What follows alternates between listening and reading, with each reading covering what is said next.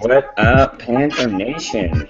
It is your boy, the Freaking Puerto Rican, in the house tonight. It's Tuesday. A little after 9. We're kind of on the early side, Tony. But we are early. It is early.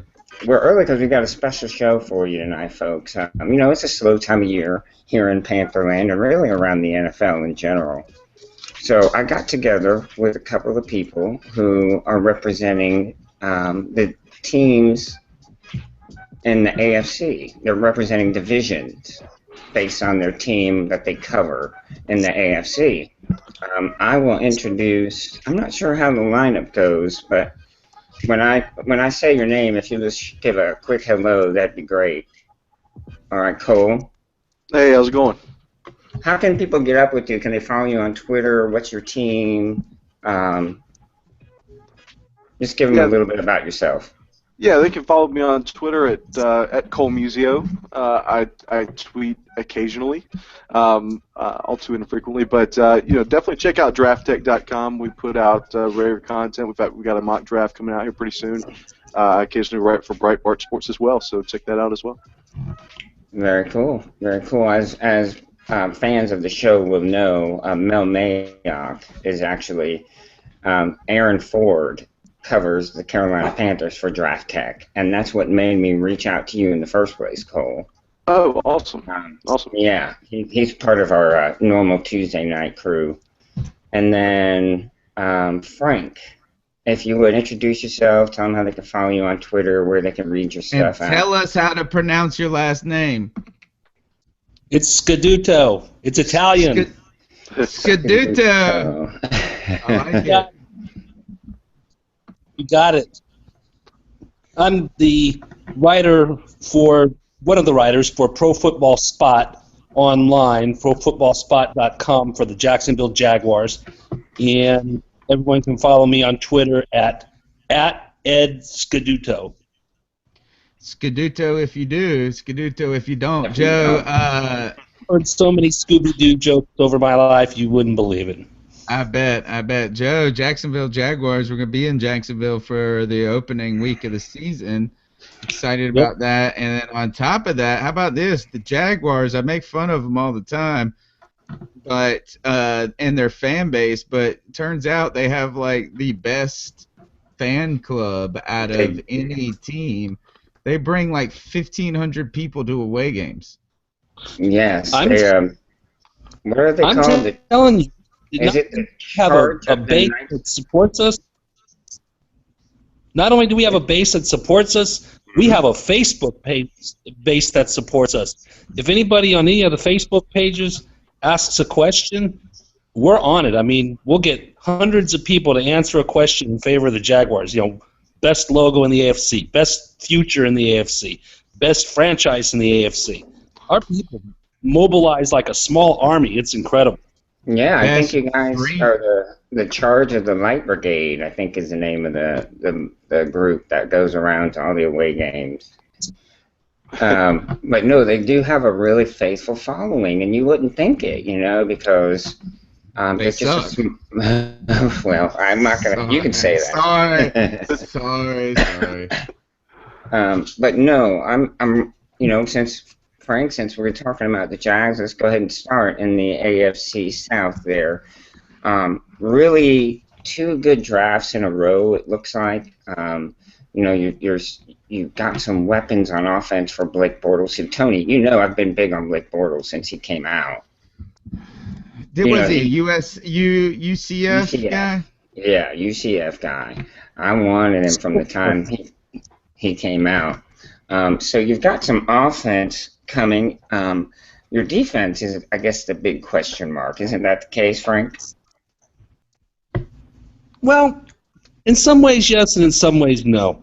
The system has been implemented. It's the same system Bradley brought with him from the college ranks at North Dakota State, where he won Division I AA championships along with coordinator Bob Babich, who was the head coach there at North Dakota State.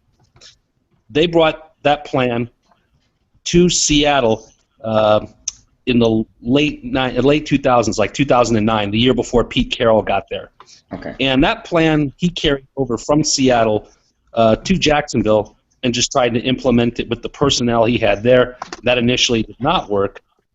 He's built a very good defensive front 10. Unfortunately, we will not have number 1 pick Dante Fowler with us this year.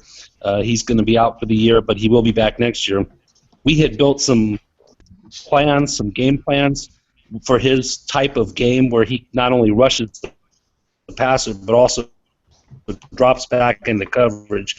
And those were going to be absolutely wild. But it's not going to happen this year. But some of the other players on the team are going to be able to fill in and make some things happen with that game plan. Now the question is the back 7. And that's where I had to sign Dan Scaduto to be our auto outside linebacker, rush linebacker, and also sign Devon House to be one of our cornerbacks because some of our talent was a little bit older and maybe out of position a little bit. So we've improved the back 7, but it still is a question mark as of this point. Okay. What about on the other side of the ball? I know you guys drafted some skill positions. Tony, you were real big on the Penn State receiver that came out. Allen Robinson. Yeah. And a lot of people think that he's going to blow up this year. AR-15. Yeah. That's what we call him. And he is literally ready to go off like an assault rifle. He's been doing it in OTAs. He's been doing it in the mini camp that happened a couple weeks ago. He is, as long as he's healthy, he's going to be a weapon just because he's tall, he's lanky, and he can go for the ball anywhere and just hang on to it. He's got great arms and great athletic ability, and he is a potential bust-out number 1 guy this year. You think you like his playing style to translate to the NFL better than Marquise Lee's?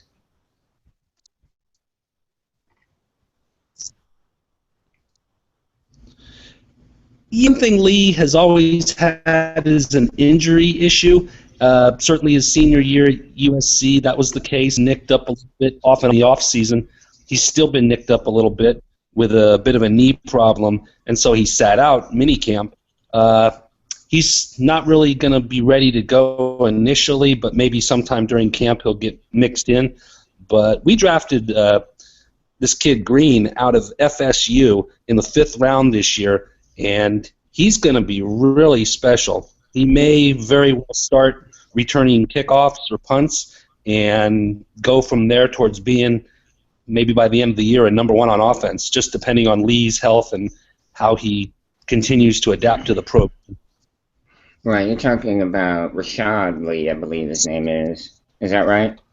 That is right. Green. Yeah, Rashad Green from FSU played with Kelvin Benjamin, the Panthers' number 1 pick last year, 1st round pick. Okay, let's. So do you think? I guess this is the last question as far as the Jags go, unless somebody else has something. Blake Bortles, what are you expecting from him this year? Are you expecting to see him really break out, or are you expecting to see some measured growth and not really the exponential, 1 year to 2 to the 2nd year like light bulb going off kind of thing? There were quite a few issues with Bortles last year. One of them certainly was his own mechanics. His footwork and his arm motion were definitely off last year, and he was like a deer stuck in the headlights, especially with J.J. Watt coming at him twice a year. It was just, he wasn't ready for the pro game. But by the same token, the offensive game plan from former offensive coordinator Jed Fish just wasn't really NFL caliber. And as a result, about halfway through the season, the team kind of saw what was going on, and they made a decision, we're going to try to keep Bortles' completion percentage around 60%, give him short passes, not long stuff, give him easy stuff to build his confidence, and then go from there. Now, Fish was trying to protect his job as well, which he failed to do. unfortunately for him, it got to a point by the end of the season that he was riding the quarterback in practices so hard that it was making the team uncomfortable as to how much Jed was trying to cover himself at the expense of Bortles. So from a chemistry standpoint, he had to go. We brought in Doug Marrone and Greg Olson. The chemistry is so much better on the team now. The team is it's a lighter atmosphere around and much more positive atmosphere around the team and the offense. Certainly having TJ Yeldon coming in as a second-round pick as a running back is going to help that, because now we've got a bell cow back who can do 70% or more of the carries. But the offensive line has grown. Certainly Julius Thomas had his choice of where to go, and he decided to come to Jacksonville to be our number one tight end. And the future definitely looks bright just because the attitude has improved so much. And Bortles has been working on his issues from last year as well. He's been working with Tom House, who's noted for working with Tom Brady in the past. And Brady has espoused about how great House was working with him in terms of his arm strength and his arm motion. And so far this offseason, Bortles has got the footwork pretty much under wraps. He's got the arm motion going back pretty well under wraps. And the arm motion coming forward is still a work in progress, but it's so much better than it was that hopefully he's not going to throw those dink interceptions like last year that went for touchdowns, and that he will be a much more improved product on the field this year. I'd hate to put a number on where he'd be, like on a fantasy ranking or something, but he's going to be a way different quarterback than you saw last year. Joey, I think we should get out west and talk Oakland Raiders out there a little bit, but I got to say something on this because I can't let you off the hook on this. A number one draft pick, if Cam Newton would have had problems with his arm motion going back as well as forward, they would have burned down Bank of America Stadium. So I am not going to let Blake Bortles off the hook on that. He's got to step it up as a number one pick. How many number one picks are you going to have on the team? Right, I agree. I think this is going to be a year where he's got to start to show some progress and some development. You know, he had his issues with the previous coach, now departed. So, like Frank's saying, you're coming into a better atmosphere. You got to show something. And really, I was going to transition.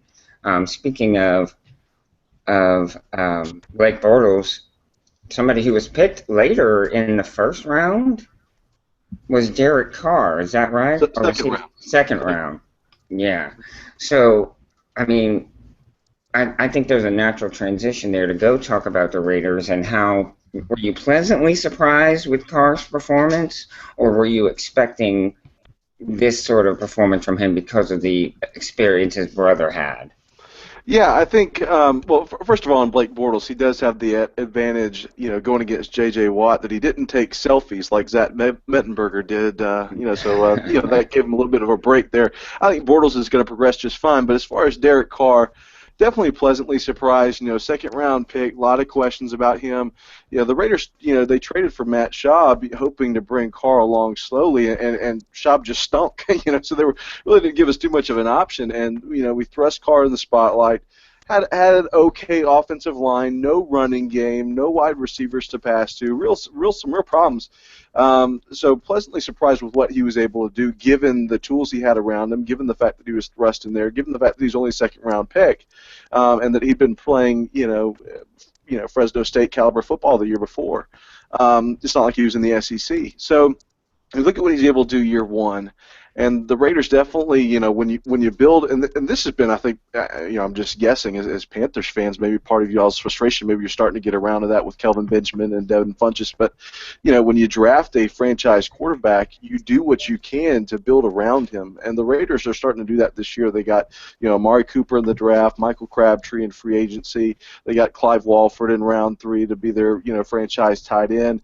They're spending a lot of money on the offensive line. I'm not sure that it's paying off. I think that, the offensive line will probably be middling.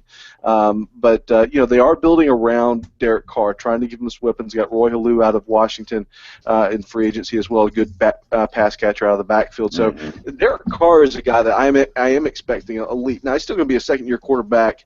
Doesn't have the greatest physical tools in the NFL. He's got solid, but not great. But he's a guy that I think is going to make a big leap in year 2, and you're going to talk about a guy that's no longer going to be in the back half of the NFL, but I think he's going to be right there in the middle in terms of quality quarterbacks here in year 2. Yeah, I agree. I think what we saw from him, and truthfully, I believe a lot of the success that he achieved was because of his brother. Because he was able to go to his brother and say, hey, look, where did you fall short coming into this thing? Yeah, you learn from failure. You couldn't ask what you do right. That's a long conversation right there. Exactly. That's a long conversation. He's got more pages and pages of advice. And I always get them messed up. Is it David or Derek? David was the brother. number 1 pick for the Texans. Derek is with the Raiders. So. Okay, so David Carr, 2 things that remind me about David Carr is, first, when he played in Houston, he had like 72 sacks one season. And it was after that he led the league in all-time sacks that he became terrible. Like, he became a head case, and I felt like a sports psychologist was the answer for him, because fat guys walked in the room and he just peed his pants. And and I still worry about him today with big guys coming in the room. And then the other thing is he came and played for the Carolina Panthers, Joe. Yes, this is what I remember. Yes, he did. And David wore the Michael Jackson 1 glove. On the throwing hand. Of all things. All right, so let's ask you about this. Tell us if you were going to say the off-season acquisitions for the Oakland Raiders and free agency. Do you feel strong the way the organization and their moves in free agency, or is this again still something that plagues the Oakland Raiders? Well, it was really interesting. They definitely got better, and you certainly, if you're the Oakland Raiders that have been out of the playoffs, since forever, you certainly can't do anything but get better. They did well in the draft. They got Amari Cooper, again, a key piece to build around Derek Carr. They got Clive Walford out of Miami again. I think is going to be another key piece. I think he's going to be a great rookie at tight end. And they picked up a couple other pieces. Mario Edwards out of FSU was a surprising pick at defensive end in round 2. They took some other questionable picks in the draft, but they got 3 starters in the draft, which is good. They got a couple key pieces in free agency. Dan Williams, Curtis Lofton are going to help secure the middle of the defense, and they got some other good players. Roy Halou is going to be an impact player on the offense. Michael Crabtree as well. But they really didn't go out and try to get that big name signee that I think a lot of people really wanted them to get. Ndamukong Suh, Julius Thomas was another guy that they wanted to get. So, they played it minimalist in free agency, which is what Reggie McKenzie is known for. Doesn't want to build through the free agency, wants to build through the draft, and I think he's certainly going about that in his systematic plan. But with the amount of money that they had, with what people were expecting, with what they were saying, I think there was some expectation that they would try to do a little bit more in free agency. But they got better, secured the middle of the defense, and they've got a whole lot of young players to really build around. So it was a good offseason. And for the first time, you can look at the Oakland Raiders roster and say that's an NFL team, not a Division I college team. What do you like your chances of finishing in the division? You got a tough division there with the Chargers and the Broncos and the Chiefs. Those are some up-and-coming teams. I'm not so sure about the Broncos. They might be on their way down, but where do you see the Raiders finishing? Yeah, I think you hit on it. I think that the AFC West, I think, is gonna be significant. There's gonna be more parity this year in that division. The Broncos, as you said, are on their way down. They didn't get better this year. Their offensive line is going to be terrible, and Peyton Manning isn't exactly what we would call a mobile quarterback. And so they're going to have some problems. I mean, they're still the Denver Broncos. They're still a very good football team, probably the favorite to win the division, although it's not as much of a certainty as it has been in previous years. The Chargers got better. I think Melvin Gordon's going to be an impact guy. The Kansas City Chiefs are staying on par, and they may have a receiver actually catch a touchdown this year, which might be interesting. Imagine how many games he'll win in. I know, right? I think that's a really good point you bring up as far as the Chargers and Melvin Gordon. I really think he could be that bell cow back that is going to be able to put that offense back where they were at one time with Phillip Rivers. They got some decent receivers there, and I'm interested to see what the Chargers are going to do. Yeah, the running back's a position where you can make an impact right away, and Melvin Gordon he's a stud. I mean, he may last only 4 or 5 years because that seems to be the trend things are going, but he's going to be really good for 4 or 5 years, and so they'll be good.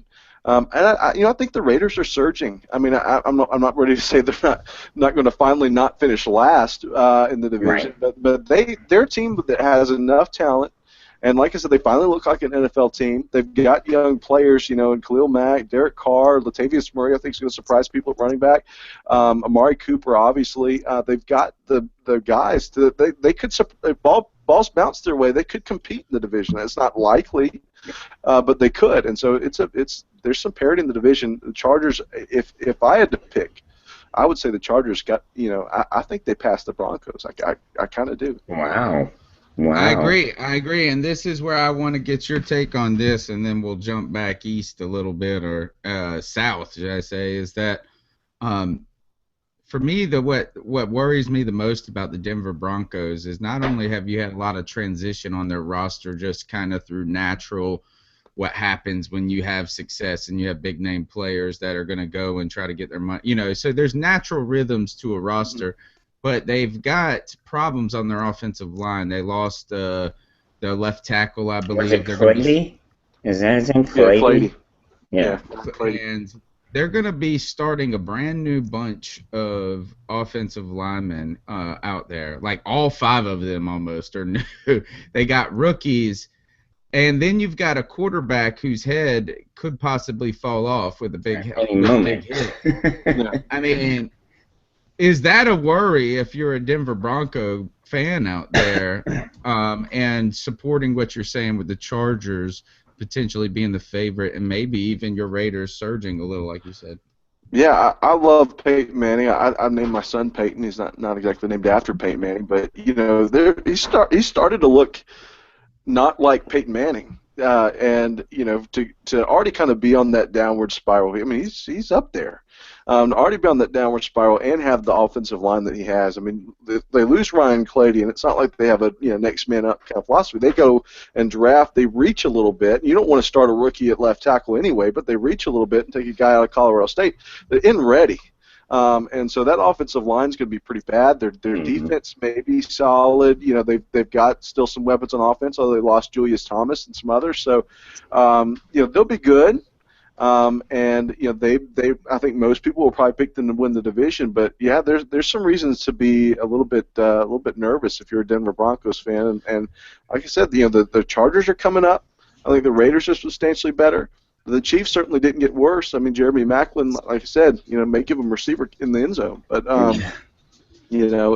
so there's some reason to be nervous if you're a Broncos fan. It's not like they're bad, but they're not right. They're not going to be as dominant, right? They're not going to be the dominant team in the AFC West like they have been the last couple of years, and I think they're going to miss Orange Julius a lot more than they realize because just the fact that he was on the field caused defenses nightmares, and now he's not even going to be on the field. So it's going to be interesting. They lost head coach, offensive coordinator, defensive coordinator, coaching staff, so different, and their changes are, I would say, are uninspired. I mean, the changes aren't exactly better. That's a fantastic point. Is that, I mean, just the changeover alone is significant, even from the top to the bottom. Mm-hmm. Yeah. All right, let's talk about Julius Thomas in Jacksonville. The biggest name probably in free agency in my opinion, but gonna help your team. But in many ways, the Jaguars are also having. Tell us about the rest of the division and the outlook with them, not only as their role in it and how they could improve, or I guess they can't fall, but like what are other teams doing in that division as well, Frank? Frank, let me put it this way, because I wanted to phrase this a certain way. I wanted to incorporate what you had said, Cole, as far as with Derek Carr bringing in weapons to put around your young quarterback to help him succeed. That is something that the Colts did exceptionally well. And they brought in a lot of talent around a young Andrew Luck, and he experienced some pretty quick success in the NFL. I mean, you know, after the first 8 games, there was talk about him being comparable to the great ones like Tom Brady and Peyton Manning. And so I want to get your take on that perspective, Frank, on what you think about the Colts this year coming up.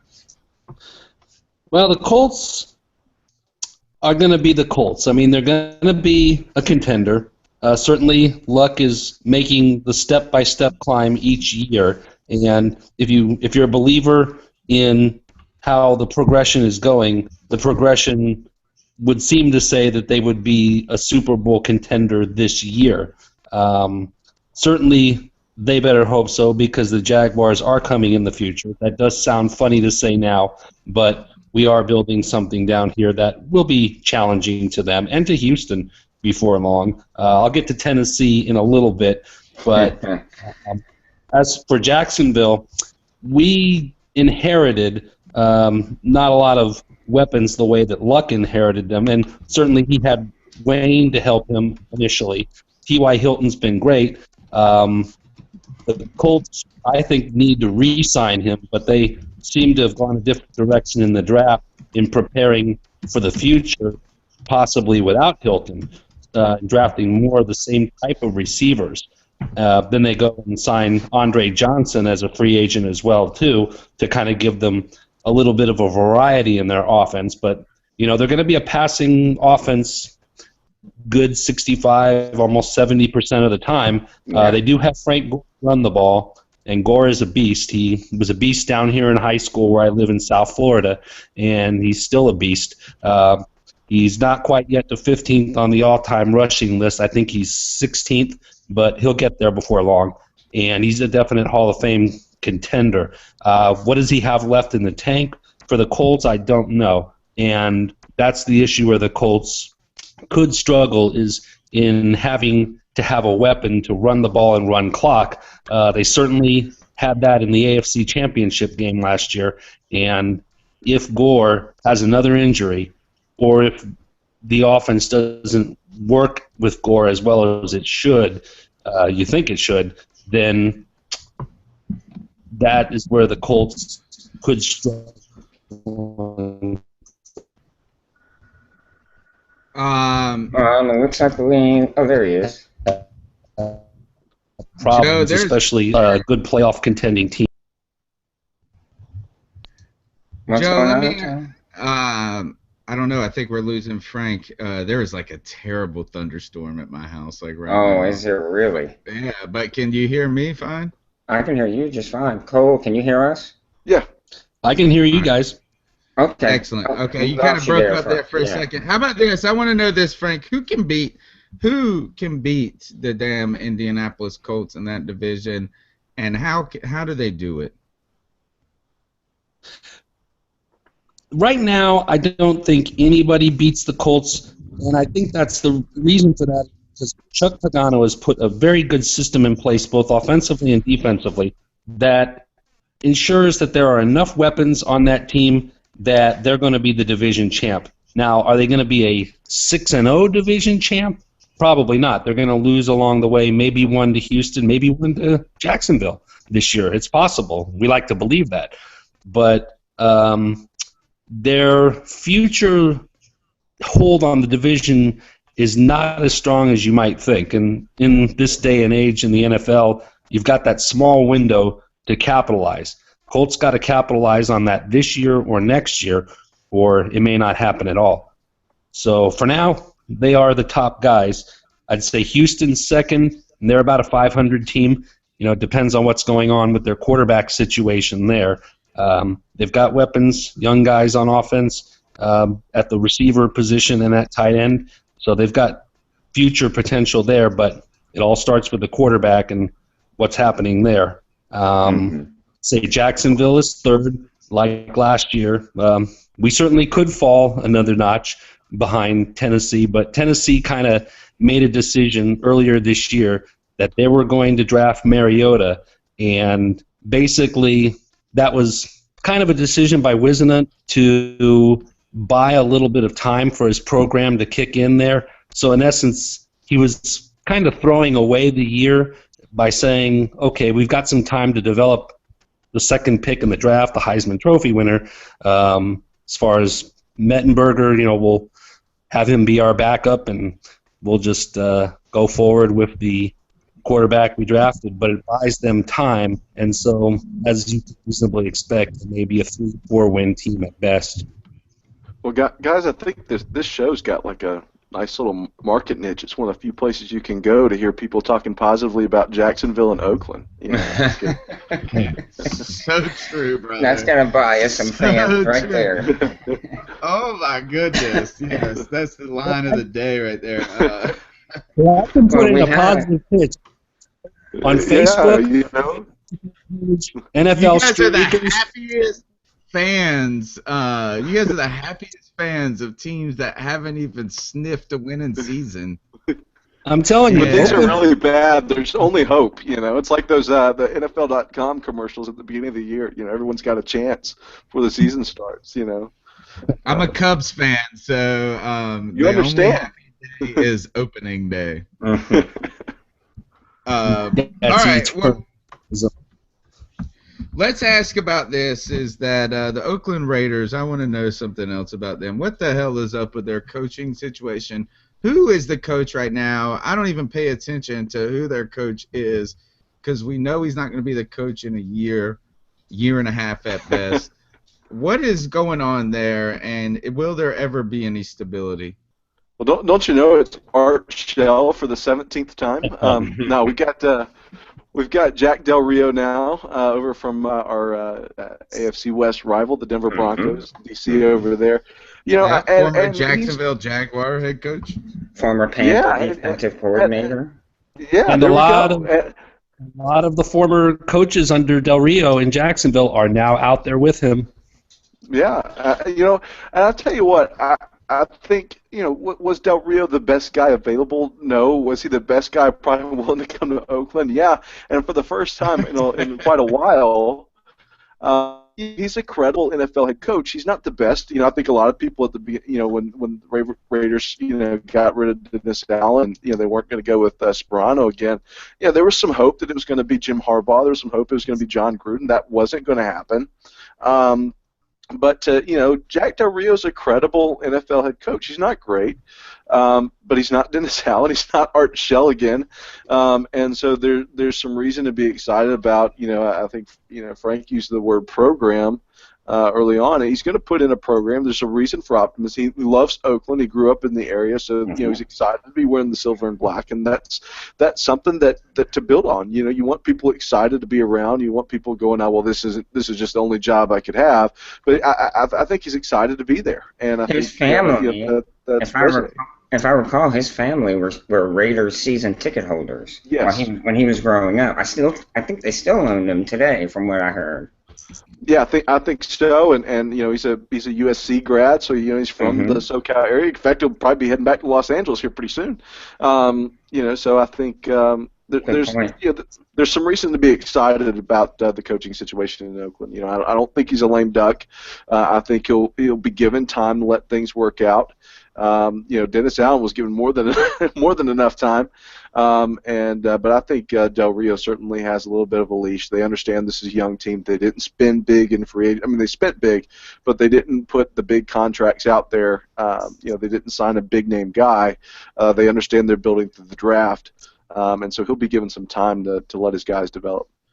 I thought that Jack Del Rio did a nice job when he was in Jacksonville, or a strong enough job. And it's interesting that they are so tight or closely related to John Fox, is that type of coach that gets you. You're always a competitive team, kind of conservative by nature. So that's the John Fox type of mantra. But my question is this. And one thing I don't know about Jacksonville nor Oakland, and I think I know about my team, is what's the identity of that team going to be? And is Jack Del Rio a clear move to this, is saying let's make this a defensive kind of type team and build from there? I feel like the Carolina Panthers, we have an identity, and clearly it's our defense and Cam. That's it. That's what it is. And what is going to be your identity? We'll start with you, and then we'll go with Oakland, then we'll move south. Yeah, I think Reggie McKenzie is probably known for a couple different things. Oakland's GM, probably known for a couple different things. One is building through the draft and having that philosophy that he's really stuck to, and secondly, he likes big guys. He uses the phrase "country strong" a lot, and because he likes to get those guys that are big, bulky, physical, strong. And if you look at the Oakland Raiders, they spend a lot of money on their offensive line, I think second only to the Jets. And their offensive linemen are big. I think we may have the heaviest offensive line in the NFL. And the defensive line is very similar. You've got Justin Ellis from Louisiana Tech, a big guy at defensive tackle. And then we went out and got Dan Williams, who's another natural fit at nose tackle to fit that 4-3 defensive scheme. And then we got Mario Edwards in the draft, who's a big defensive end. Justin Tuck is sizable. So we're a big physical team, and they're trying to establish that physical mindset again. So it's not just defense, but we're big across the board. We need to get more athletic off the edge. We need better defensive backs. We're starting to get some offensive weapons, but I think as long as Reggie McKenzie's at the helm, this is going to be a team that's built along the lines, that tries to control the line of scrimmage. They didn't do a great job at it last year, but they've made some inroads to being able to do that. And so I think that is probably your identity of the Oakland Raiders. We don't have a flashy guy like Cam, and I wouldn't say our defensive unit is quite as sound across the board, but we're going to be a big physical team. A big physical team. Frank, how do you see the identity of the Jacksonville Jaguars going forward? Definitely defensive, and especially in our front 10. Our front starting 4 and our 6 reserves. That's a lot of people in the front. A front 10. Well, it's a front 10 because we like a system where we interchange players. Give you a for instance here. One of our 6 first-day free agent signees, Jared Odrick, used to play defensive end at Penn State. He played defensive end. He started at defensive end in Miami and then moved to tackle because they drafted Olivier Vernon. Vernon took the end position away. They were hoping that Deion Jordan was going to grab that eventually. That didn't happen. Now he's suspended. But Odrick moved inside and played tackle. The plan this year is to use Odrick as your left defensive tackle, but move him inside on passing downs to a defensive tackle position as a rush guy. And that's what the Jags like to do. They like to use their ends as tackles and even some of their tackles as ends on third downs and obvious second rush downs. So that's why we have 10 guys, going all the way to the practice squad, because we're trying to build something here that's going to dominate the league. It's funny to say that, I guess, but at the same token, it's a system that's in place. It's something that's worked for Bradley before, and he wants to implement it here. It was his defense that won that Super Bowl for Seattle 2 years ago, just taken over by the guy who succeeded him there when he came over to Jacksonville. So we're putting a system in place that's been successful on multiple levels, and part of that is interchangeable. Are you guys seriously deep enough to be like that? I mean... Oh, absolutely. You have to remember that part of that was that we signed Red Bryant and Chris Clemens last year off of that Super Bowl From team. Seattle, yeah, I do remember that. But didn't you cut Red Bryant? Then you end up cutting him? Yes, after last season, Bryant did get cut after the draft. After we drafted Fowler. Unfortunately, Fowler is now gone. So it's next man up. He's back. Well, the next guy up is either going to be Andre Branch or Ryan Davis, and one of those two guys is just going to make an impact. Clemens will still play on first downs, but on obvious rush downs, it could be Davis, it could be Branch. One thing Bradley wants to do is you don't know where the pressure is coming from. So it could be coming up the middle. Remember, they drafted Michael Bennett out of Ohio State, too, to play tackle. You've still got Senderick Marks and Roy Miller there, and you've got Ziggy Hood as well, too. So we run 5 deep at tackle and 5 deep at end, and we like to interchange them. Remember, Tyson Alualu also still plays for us, former first-round pick. So we're trying to load up and go after the quarterback. Right, that's your strategy is pressure, pressure, pressure, and then everything else will fall into place. Yeah, y'all had terrible luck because I think Dante Fowler was probably your best player to scheme fit in the entire draft, and then for him to be gone, for him to be knocked out just in practice that early has got to be frustrating. Yeah, pretty much. Frustrating to say the least. Oh my Lord! If your first round pick goes down, it's devastating. Well, add to that the 4th round pick, James Sample, the safety, breaking his arm in minicamp, or right before minicamp, and now you've got 2 out of your top 4 picks out, and Sample should be back hopefully by week 1 for Carolina, but it's not a guarantee. But we've got 2 guys not going to be part of training camp. So, yeah, that's frustrating. It's been a thing with Jacksonville, the injuries.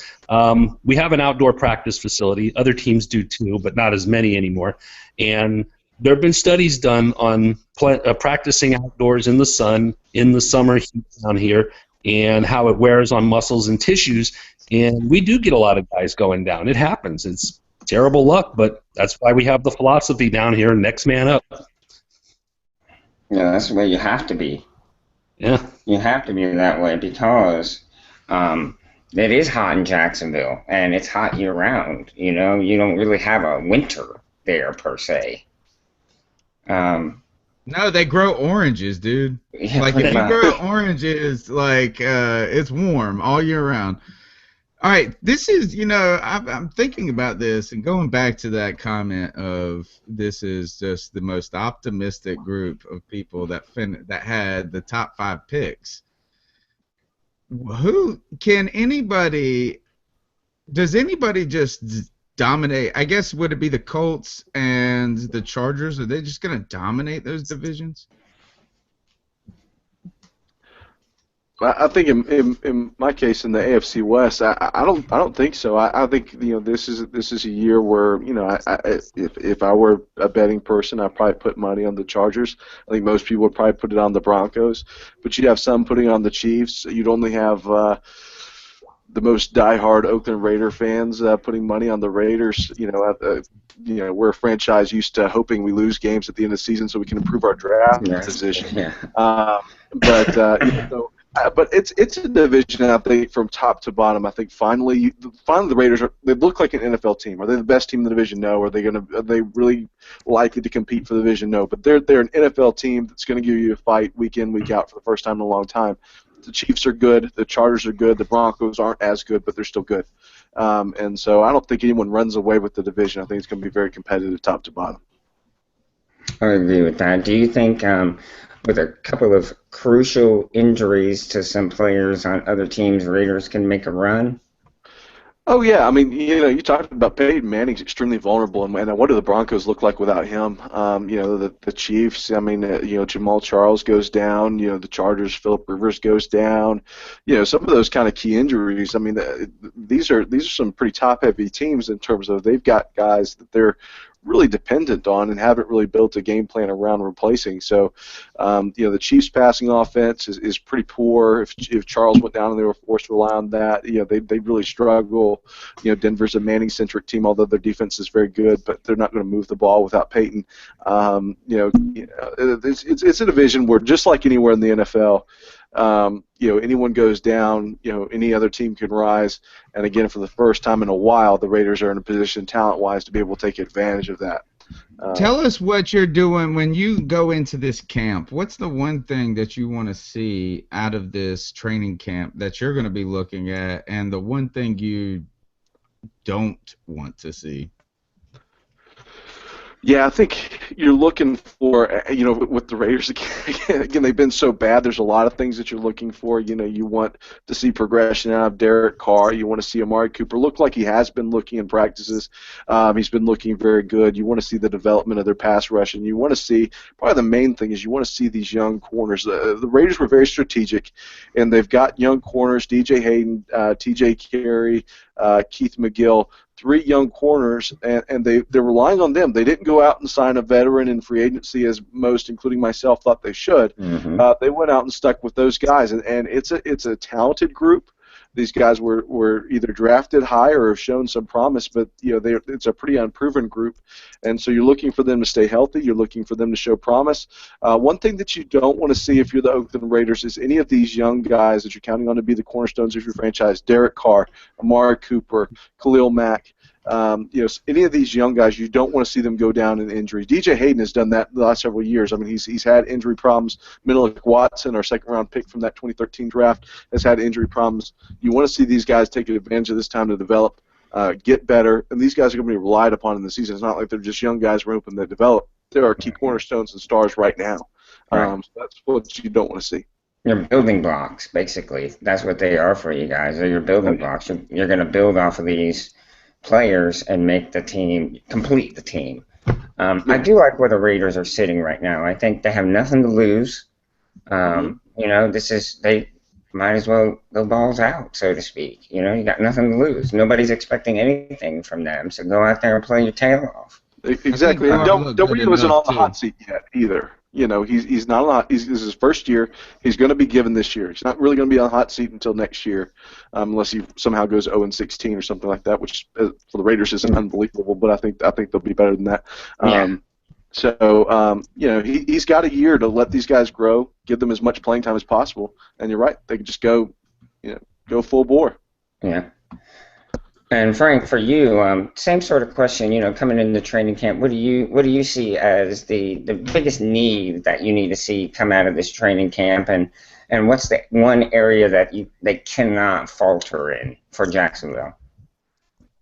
Well, keeping bodies on the field. I mean, it happens every year to us. I mean, whether it's a Quentin Groves or a Derek Harvey or Cecil Shorts the last couple of years with the injuries he's had. Last year, our training camp was just one offensive lineman getting hurt after another, and we had to bring in guys you never heard of just to fill in. We had some veterans to make room for them. Those guys didn't pan out. Now all of a sudden we have 3 or 4 rookies on our team at the beginning of the year, including Tyler Shatley, who we were trying to keep away from Bill Belichick, who wanted to claim him off of waivers in New England on Labor Day, and we rescinded cutting him just so that Belichick wouldn't have a shot at him, because he would have been on their roster all year. So we're trying to keep guys healthy, and that's basically our plan, is just to get our starters in, get them a quarter of work, except in that third exhibition game, and otherwise than that, get them in, get them out, get the second team in there, and let them play. Well, guys, I want to let you know I really appreciate you coming on the show. It was a good time. I think you guys provided tremendous insight to the rest of the league where, as Panther fans, we don't get into that much. So I'd love to have you on again sometime in the future and maybe pick up the conversation where we're ending it right now. We've got to move on to the NFC portion of the show. So we got to get those guys signed in and get that squared away. But you guys were fantastic. I really mean it. I appreciate it.